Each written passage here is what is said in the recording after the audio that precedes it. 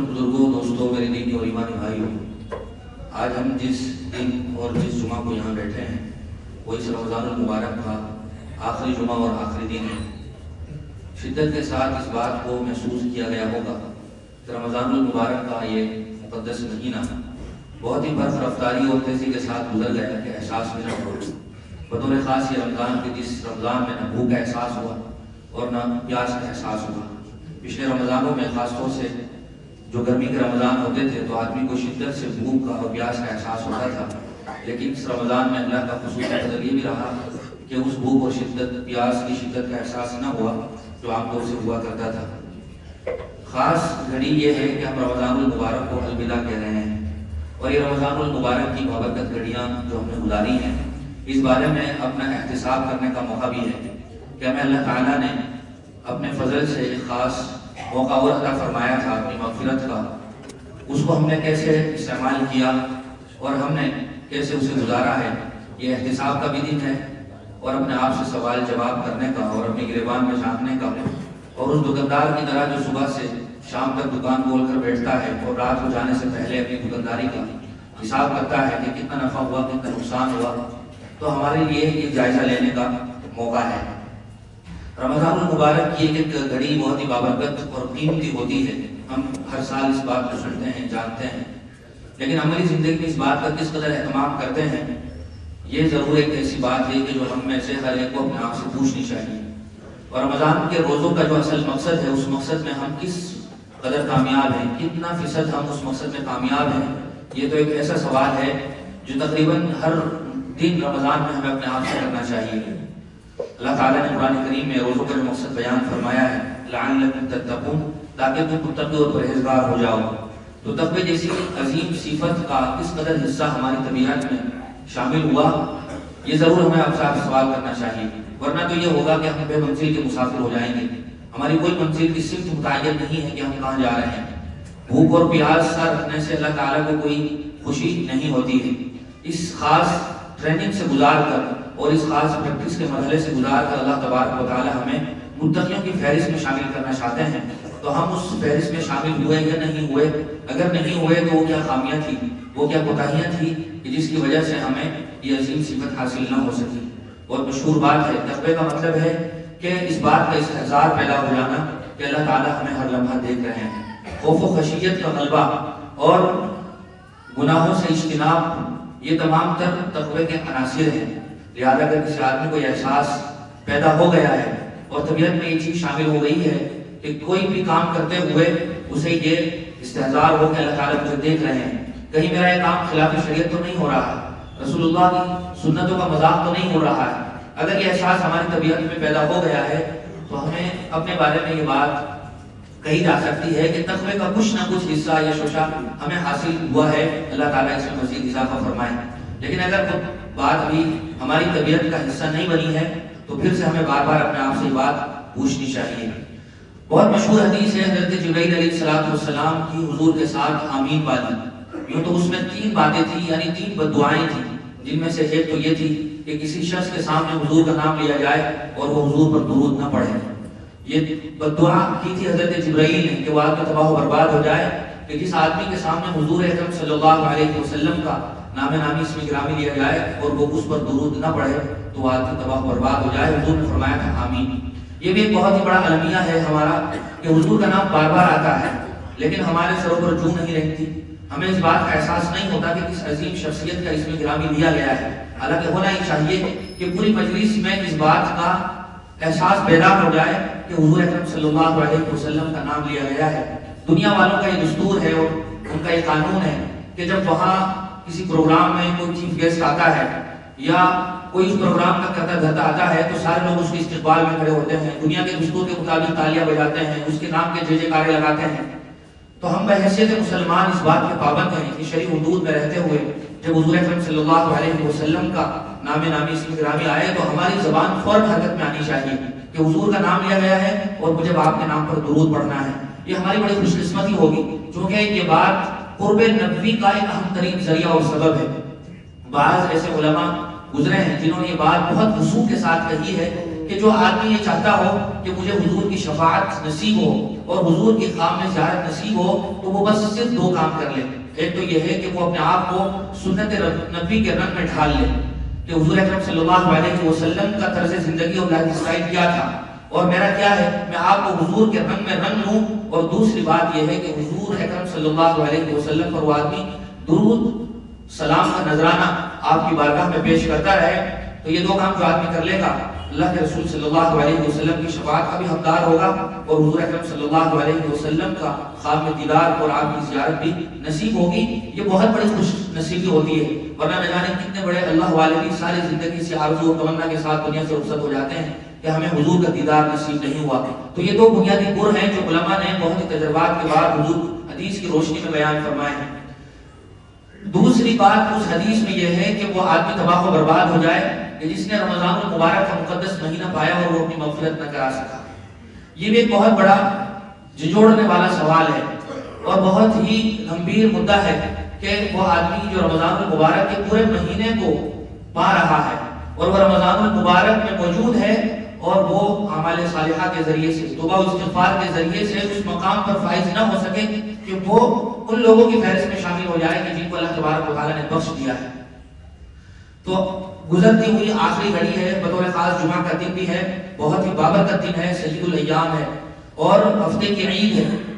جناب نبی کریم صلی اللہ علیہ وسلم نے بھی اپنی حدیث میں بات ارشاد فرمائی ہے کہ جمعہ کے دن ایک خاص گھڑی ایسی ہوتی ہے کہ جس گھڑی میں کوئی بندہ دعا کرتا ہے تو اللہ تعالیٰ اس کی دعا کو قبول فرماتے ہیں. علماء نے اس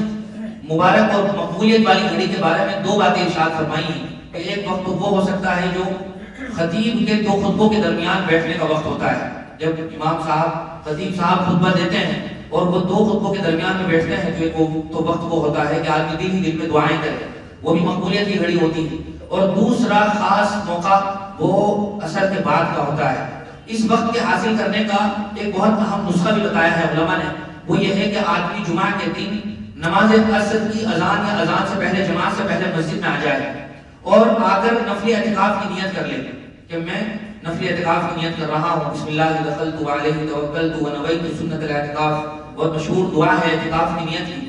تو یہ آدمی اردو میں بھی اپنی زبان میں بھی یہ نیت کر سکتا ہے کہ اللہ میں مسجد میں داخل ہو گیا ہوں اور میں جب تک مسجد میں رہوں گا میں اعتکاف کی نیت کر رہا ہوں. تو اس گھڑی کو حاصل کرنے کا طریقہ یہ ہے کہ آدمی جب عصر کی نماز کے لیے آئے تو اس وقت اعتکاف کی نیت کر لے اور مغرب تک وہ اعتکاف کرے مسجد کا, عصر سے لے کر مغرب کی نماز تک اعتکاف کرے. اس دوران وہ مختلف عبادتوں کو انجام دے سکتا ہے, تلاوت قرآن کا اہتمام کر سکتا ہے, اوراد و وظائف تسبیحات میں وقت لگائے اور ساتھ میں وہ اس دوران اللہ تعالیٰ سے الہا وزاری کے ساتھ گڑ گڑا کر توجہ اور انہمام کے ساتھ اپنے گناہوں کا استحضار کرتے ہوئے اور اللہ تبارک و تعالیٰ کی کبریائی اور بزرگی کو ذہن و دماغ میں سوچتے ہوئے دعا مانگے تو اللہ تعالیٰ اس آدمی کو یہ مقبولیت والی گھڑی ضرور عطا فرمائیں گے. ورنہ یہ بڑی محرومی اور بدقسمتی ہے. حضور اکرم صلی اللہ علیہ وسلم کی آمین کے ذریعے سے حضرت جبرائیل کی دعا پر ایک ایسا دستخط ہے کہ بڑی ہلاکت ہے. حضور نے جیسا کہ ارشاد فرمایا تھا آمین کہتے ہوئے کہ وہ آدمی تباہ و برباد ہو جائے. جبرائیل نے دعا فرمائی کہ جس آدمی کو رمضان المبارک کا بابرکت موقع ملا اور وہ اپنی مغفرت نہ کرا سکا. تو آج کی یہ چند گھڑیاں اس رمضان کی ہمارے پاس باقی ہیں. آئندہ سال موقع ملے نہ ملے, دنیا میں موجود ہو یا نہ ہو, تو جتنا وقت باقی ہے ابھی مغرب تک ہم بطور خاص اس بات کا اہتمام کریں کہ یہ ہمارا وقت استحضار خداوندی کے ساتھ اور اللہ تبارک و تعالیٰ کی طرف رجوع اور توبہ استغفار کرتے ہوئے گزرے. توبہ و استغفار کے بارے میں ہم تفصیل سے مختلف مواقع پر سنتے رہے ہیں کہ توبہ و استغفار کا مطلب یہ ہوتا ہے کہ آدمی اپنے گناہوں کو مستحضر کر لے کہ اللہ مجھ سے دنیا میں اور میری زندگی میں جانے میں انجانے میں بہت سارے چھوٹے بڑے گناہ ہوئے ہیں, میں اپنے گناہوں کا اقرار کرتا ہوں اور میں اپنے گناہوں پر نہایت شرمندہ ہوں اور میں آئندہ گناہ نہ کرنے کا پکا ارادہ کرتا ہوں. اور پھر ان اسباب کو, ان راستوں کو, ان صحبتوں کو چھوڑ دے کہ جن کی وجہ سے آدمی گناہ میں پڑ سکتا ہے اور پھر آدمی اللہ تعالیٰ کے سامنے دعائیں مانگے اور پھر یہ توبہ و استغفار کرے تو اللہ تبارک و تعالیٰ کی ذات سے کبھی امید ہے کہ اللہ تبارک و تعالیٰ اس بندے کو معاف فرما دیں گے. لہذا ہم ضرور اپنے لیے آج کی اس بچی کچی گھڑیوں میں ایسا وقت نکالیں کہ جس وقت میں ہم دعا مانگے اور اللہ تبارک و تعالیٰ کی طرف خصوصی طریقے سے متوجہ ہوں. اللہ تعالیٰ تو معاف کرنے کے بہانے ڈھونڈتے ہیں, اللہ تعالیٰ ہم سے قیمت کا مطالبہ نہیں کرتے ہیں, نہ ہم اللہ تبارک و تعالیٰ کے طے کردہ معیار پر کھڑا اتر سکتے ہیں. اللہ تعالیٰ تو بہانے کی تلاش میں رہتے ہیں کہ کوئی بندہ متوجہ تو ہو، ہاتھ تو پھیلائے، اپنے گناہوں پر شرمندہ تو ہو، آئندہ نہ کرنے کا ارادہ تو کرے، اور پھر ہماری بخشش کے دہانے کھلیں۔ علامہ اقبال نے فرمایا تھا کہ ہم تو مائل بکرم ہیں، کوئی سائل ہی نہیں، راہ دکھائیں کسے، کوئی رہنم منزل ہی نہیں، توبہ کا کوئی طلبگار ہی نہیں، تو پھر دہانے کیسے کھلیں۔ کسی شاعر نے کہا تھا عصیان سے کبھی ہم نے کنارہ نہ کیا، اللہ تعالیٰ کے بارے میں، یعنی ہم نے کبھی گناہوں سے بچنے کا اہتمام نہیں کیا، عصیان سے کبھی ہم نے کنارہ نہ کیا، پر تو نے دل آزردہ ہمارا نہ کیا، ہم نے تو جہنم کی بہت کی تدبیر، یعنی ہم نے تو جہنم میں جانے والے ہی کام کیے، لیکن تیری رحمت نے گوارا نہ کیا۔ یہ مختلف مواقعوں کا ملنا اور ان گھڑیوں کا دستیاب ہونا اور توبہ کی توفیق کا ملنا، یہ اللہ تبارک و تعالیٰ کی طرف سے بہانے ہیں اور رحمت کے مختلف ذرائع ہیں۔ اسی طرح بطور خاص آج کے دن کے تعلق سے ہمارے ذہن و دماغ میں یہ بات رہنا ضروری ہے کہ آج کے اس جمعہ کو عام طور سے جمعۃ الوداع کہا جاتا ہے۔ حدیث میں تو اس کے لیے کوئی لفظ نہیں ہے، اس لیے اس کو جمعۃ الوداع کہہ دیا جاتا ہے کہ رمضان کا آخری جمعہ ہوتا ہے اور رمضان رخصت ہو رہا ہوتا ہے۔ الگ سے اس کی کوئی فضیلت شریعت میں نہیں ہے، لیکن آج کے اس دور میں جہاں گمراہی بہت تیزی سے عام ہوتی ہے، انہی گمراہی والی باتوں میں ایک بات جمعۃ الوداع کے تعلق سے یہ بھی مشہور ہو گئی جیسا کہ انٹرنیٹ پر دستیاب ہے اور یوٹیوب پر کھول کر دیکھا جائے تو اس بات کو بیان کرنے والے بہت سارے شکل سے دکھنے والے مولوی حضرات ہیں جو یہ بڑے دھڑلے سے بیان کرتے ہیں، اور یہ بات بیان کر کے وہ اتنی بڑی جرأت کرتے ہیں کہ نہ جانے کتنے لوگوں کے گناہوں کا انبار وہ اپنے سر ڈال لیتے ہیں۔ وہ یہ کہتے ہیں، یہ بعض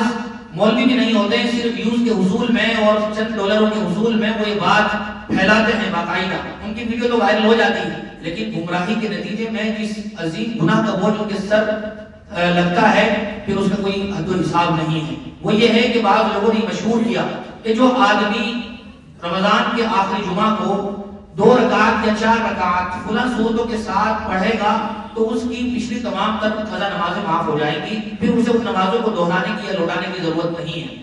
یہ ایک ایسی گمراہ کن بات ہے جس کا شریعت اور سنت سے کوئی تعلق نہیں۔ اگر ایسا ہی ہوتا تو بہت سخت سستا سودا تھا، لیکن ایسا نہیں ہے، یہ محض گمراہ کن اور خلاف کتاب و سنت بات ہے۔ اگر کوئی آدمی اس کو صحیح سمجھنے لگے تو بعض مفتیان کرام کے قول کے مطابق اگر وہ اس عمل کو صحیح اور قرآن اور حدیث کی تشریح سمجھ کر کر رہا ہے تو اس کا ایمان خطرے میں پڑ سکتا ہے۔ لہذا جو آدمی یہ بات بیان کر رہا ہے وہ بھی گناہ پر بہت بڑی جرأت کر رہا ہے، اور جو آدمی اس کو صحیح سمجھ کے کر رہا ہے تو وہ بھی گمراہی میں ہے۔ اسے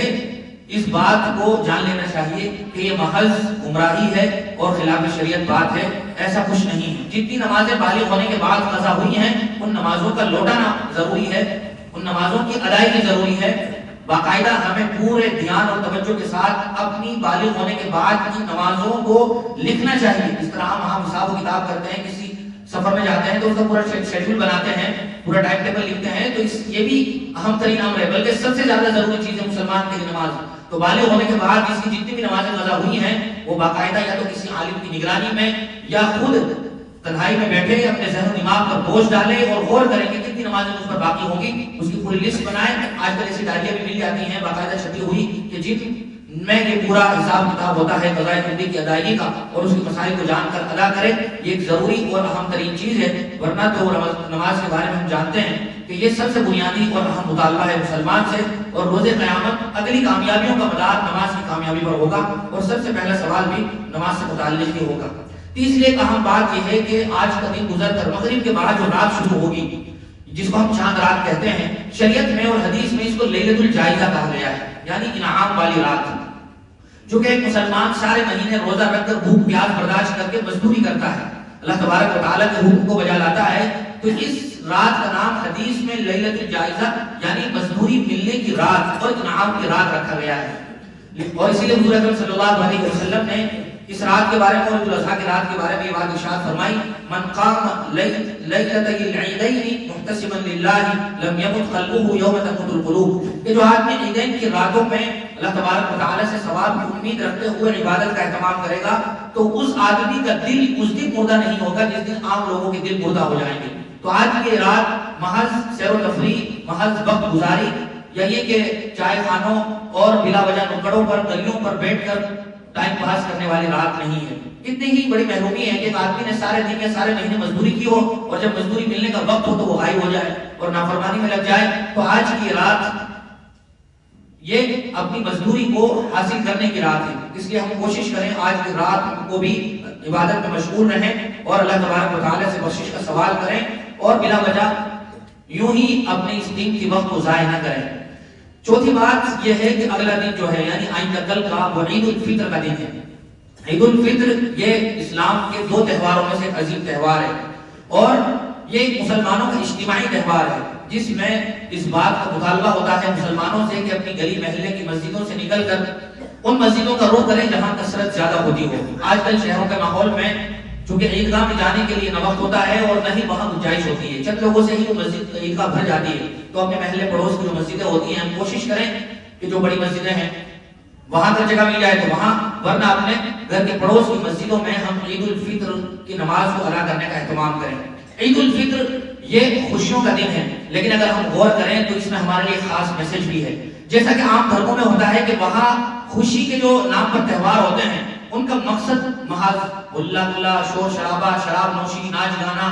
یہ سب صرف ہوتا ہے، دوسروں پر رنگ پھینکنا، یہ صرف ان کے تہواروں کا مقصد ہوتا ہے۔ لیکن اگر ہم غور کریں تو اللہ تعالیٰ نے ہمیں عید الفطر کے دن عید الفطر کی 2 رکعتوں کے ذریعے سے بہت اہم پیغام اور میسج دیا ہے کہ آج کا دن اس بات کا بطور خاص دن ہے کہ ہم اس خوشی کو اللہ تبارک و تعالیٰ کا انعام سمجھ کر اس کی بارگاہ میں 2 رکعت ادا کر کے اس بات کو یقینی بنائیں کہ آج کا دن بھی ہم اللہ تبارک و تعالیٰ کی اطاعت و فرمانبرداری سے باہر نہیں ہیں، آج کا دن بھی ہم اسی کی حمد و ثنا میں اور اطاعت و فرمانبرداری میں گزاریں گے۔ عید الفطر کی کچھ سنتیں ہیں اور کچھ آداب مستحبات ہیں جن کا خیال رکھنا ہمیں ضروری ہے، اور سال میں چونکہ یہ ایک ہی مرتبہ دن آتا ہے تو وہ سنتیں صرف اسی دن انجام دی جا سکتی ہیں، تو ایسی سنتیں جن کا موقع کبھی کبھار ملتا ہو، یہ سال میں ایک ہی دن ملتا ہو، تو ہمیں کوشش کرنی چاہیے کہ اس دن کی ساری سنتیں ہم سے ادا ہو رہی ہوں۔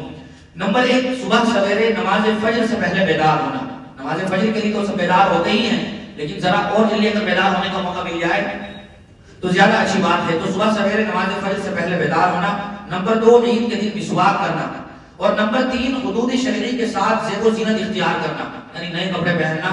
نئے کپڑے خرید کر پہننا۔ یہ شریعت کا مطالبہ تو نہیں ہے، لیکن اگر حسب حیثیت گنجائش ہو تو کوشش کرنی چاہیے، لیکن اگر اس کا موقع نہیں ہے یا گنجائش نہیں ہے تو ہمارے پاس ہمارے کپڑوں میں جو اچھے کپڑے ہوں وہ دھلے ہوئے ہم پہنیں، یہ تو آخری درجہ ہے۔ اسی طرح بعض لوگ ایسا کرتے ہیں کہ جن کے یہاں اس سال میں کسی کا قریبی رشتہ دار کا انتقال ہو جاتا ہے تو وہ خوشیاں نہیں مناتے ہیں، اور اپنے آپ سے، اپنے چہرے سے، اپنے کپڑوں سے کچھ اس بات کا اظہار کرتے ہیں کہ یہ تو غمی کا دن ہے ہمارے لیے، حالانکہ یہ خلاف شریعت طریقہ ہے۔ جس دن کو اللہ تعالیٰ نے خوشی کا دن بنایا ہے، تہوار بنایا ہے، اس دن ہمیں اپنے منہ کے، اپنے چہرے کے ذریعے سے بھی اور اپنے کپڑوں کے ذریعے سے بھی اس بات کو یقینی بنانا چاہیے کہ واقعی میں بھی آج کی اس خوشی کے دن میں شامل ہوں۔ تو یہ خلاف شریعت طریقہ ہے، غیروں کا یہ اسلام سے میل نہیں کھاتا ہے۔ تو انتقال کا ہو جانا یہ واقعی غمناک خبر ہے، لیکن اس کی وجہ سے اسلام کی طرف سے طے کردہ خوشی کے دن کو غمی کے دن میں تبدیل کر دینا یہ تو خلاف شریعت عمل ہے۔ لہٰذا انہیں بھی کپڑے اچھے پہننے چاہیے اور باقاعدہ خوشی کا اظہار ہونا چاہیے اور آنے والے مہمانوں کا استقبال ہونا چاہیے۔ اسی طرح عطر اور خوشبو لگانا یہ مستقل عید کی سنت ہے۔ نمبر 5، عید گاہ یا مسجد جانے سے پہلے کوئی میٹھی چیز طاق عدد میں کھانا۔ 1، 3، 5 کھجور اس کے لیے بہترین نسخہ ہے، حضور کی عادت شریفہ بھی یہی تھی، اور اس وقت کی جو میٹھی چیز ہوتی تھی کلچر کے حساب سے وہ بھی کھجور ہی تھی، لہذا یہ کھانا سنت ہے عید کی نماز سے پہلے، مسجد یا عیدگاہ جانے سے پہلے۔ جلد از جلد عیدگاہ یا مسجد پہنچنا یہ باقاعدہ سنت ہے۔ پیدل چل کر جانا اور واپسی پر دوسرا راستہ اختیار کرنا، صحت مند ہے آدمی تو اسے کوشش کرنی چاہیے کہ وہ پیدل جائے اور پھر واپسی میں دوسرا راستہ اختیار کرے۔ اس کے لیے آسان یہ ہے کہ اگر ہم مسجد کے مین گیٹ سے آئے ہوئے ہیں تو اس سنت پر عمل کرنے کے لیے ہم مسجد کے پیچھے والی گلی سے اپنے گھر پہنچ سکتے ہیں، تو اس سنت پر اس بہانے سے عمل ہو جائے گا۔ اسی طرح اگر کسی آدمی نے صدقہ فطر ادا نہ کیا ہو ابھی تک تو اسے چاہیے کہ وہ صدقہ فطر عید کی نماز سے پہلے ادا کر دے، اور اس کا بنیادی مقصد وہی ہے جو گزشتہ بھی بیان کیا گیا تھا۔ ایک تو ہمارے روزوں میں جو کبھی کوتاہی رہ جاتی ہے اس کی تلافی ہو جائے، دوسرا مسلمانوں کے اجتماعی تہوار ہے، مسلمانوں میں جو غریب لوگ ہیں وہ بھی اور ان کے بچے بھی اس خوشی میں بھرپور طریقے سے شریک ہو سکے، انہیں غربت کا احساس نہ رہے، اس لیے کوشش کرنی چاہیے کہ یہ عید کی نماز سے پہلے بلکہ آج ہی ادا ہو جائے۔ اسی طرح راستے میں تکبیر تشریق آہستہ آواز سے پڑھتے ہوئے جانا، یوں تو تکبیر کا کوئی بھی کلمہ ادا کر سکتے ہیں، لیکن تکبیر تشریق یاد ہوتی ہے، اللہ اکبر اللہ اکبر لا الہ الا اللہ اللہ اکبر اللہ اکبر وللہ الحمد۔ آج سے ہی ہم شروع کر دیں مغرب کے بعد سے، اور عید کی نماز تک ہم اس بات کو جاری رکھیں۔ عید کے دن ایک دوسرے سے پہلے ملاقات کے لیے جانا چاہیے اور ایک دوسرے کو دعا دینی چاہیے، یہ بھی حدیث سے ثابت ہے اور صحابہ کرام کا معمول تھا. اسی لیے ایک بہت مشہور دعا ہے جو ایسے موقع پر دی جاتی ہے، تقبل اللہ منا ومنکم صالح الاعمال، کہ اللہ تعالیٰ تمہارے اور ہمارے تمام نیک کاموں کو قبول فرمائے. لہذا ہمیں دوسرے کی کو دعا دینی چاہیے. اور عید کی نماز کے بعد گھر آ کر نفل پڑھنا 2 رکعت کی سنت ہے. عید کے دن عید کی نماز سے پہلے تو فجر کا وقت داخل ہونے کے بعد عشاء کی نماز پڑھی جا سکتی ہے اور نہ چاشت کی، مکروہ تحریمی ہے. عید کے دن تہجد تو پڑھ سکتے ہیں کیونکہ وہ تو نماز فجر کا وقت داخل ہونے سے پہلے پڑھی جاتی ہے، لیکن نماز فجر کا وقت داخل ہونے کے بعد صبح صادق سے عید کی نماز پڑھنے کا کوئی نفل نماز نہیں ہے سوائے عید کی واجب نماز کے. لہذا اگر کوئی آدمی عید کے دن پڑھنا چاہتا ہے اشراق یا چاشت تو وہ عید کی نماز کے بعد پڑھے گا اور الگ سے 2 رکعت پڑھنا گھر جا کر یہ مستقل سنت ہے. اسی طرح عید کی نماز عید کے دن کھیل کود کرنا یہ بھی صحابہ کرام سے ثابت ہے. اسلامی حدود میں رہتے ہوئے بہت مشہور واقعہ ہے. بعض صحابہ جو سوڈانی اور افریقی علاقوں کے تھے وہ اپنی کرتب بازی عید کے دن دکھایا کرتے تھے. حضرت عائشہ کا واقعہ بڑا مشہور ہے کہ عید کے دن اسی طرح ان علاقوں سے تعلق رکھنے والے کچھ صحابہ کرام اپنے ہتھیاروں سے اپنے کھیل کرتب بازی دکھا رہے تھے. تو حضرت عائشہ نے حضور کے موٹے پر اپنا چہرہ رکھ کر اپنا منہ رکھ کر ٹھڈی رکھ کر وہ کھیل دیکھا اور جب آپ کی طبیعت بڑھ گئی تو پھر آپ واپس تشریف لے گئی. اسی طرح عید کے دن فضول خرچی سے اجتناب کرنا اور نامرموز سے اجتناب کرنا. اللہ تعالیٰ نے جو ہمیں حکمت اور حیثیت دی ہے اس کا اثر ہمارے اوپر دکھنا چاہیے، یعنی اچھے کپڑے پہنے ہو، خوشبو لگائی ہو، اچھے لباس جتن کیا ہو، لیکن نامرموز اور نمائش مقصد نہ ہو، دکھاوا مقصد نہ ہو، بلکہ سنت کی ادائیگی کا استحضار ہو. اسی طرح ناراض بھائیوں سے صلح کرنا اور کرانا یہ بھی ایک اہم ترین عمل ہے. لڑائی جھگڑا ہو ہی جاتا ہے، بعض مرتبہ ناراضگی کے واقعات پیدا ہو ہی جاتے ہیں، لیکن اس کا یہ مطلب ہرگز نہیں ہے کہ اس ناراضگی اور جھگڑے کے نام پر ہمیشہ ہمیشہ کے لیے قطع تعلق کر لیا جائے اور ایک دوسرے کی صورت دیکھنا بھی گوارا نہ ہو. یہ بڑی محرومی ہے. حضور نے تو فرمایا تھا کہ کسی مسلمان کے لیے جائز نہیں ہے کہ وہ 3 دن سے زیادہ اپنے کسی مسلمان بھائی سے بات چیت کو بند رکھے. لہذا اگر کسی سے ناراضگی ہے، چاہے رشتہ دار ہوں یا دوست و احباب ہوں، ان سے ہم معافی تلافی کر لیں اور ان سے بھی گلے مل لیں تاکہ عید کی بھرپور خوشیوں میں ہم شریک ہو سکیں. یہ چند باتیں وہ تھیں جو آج کے اور کل کے تعلق سے ہیں. اللہ تعالی ہم سب کو زیادہ سے زیادہ عمل کی توفیق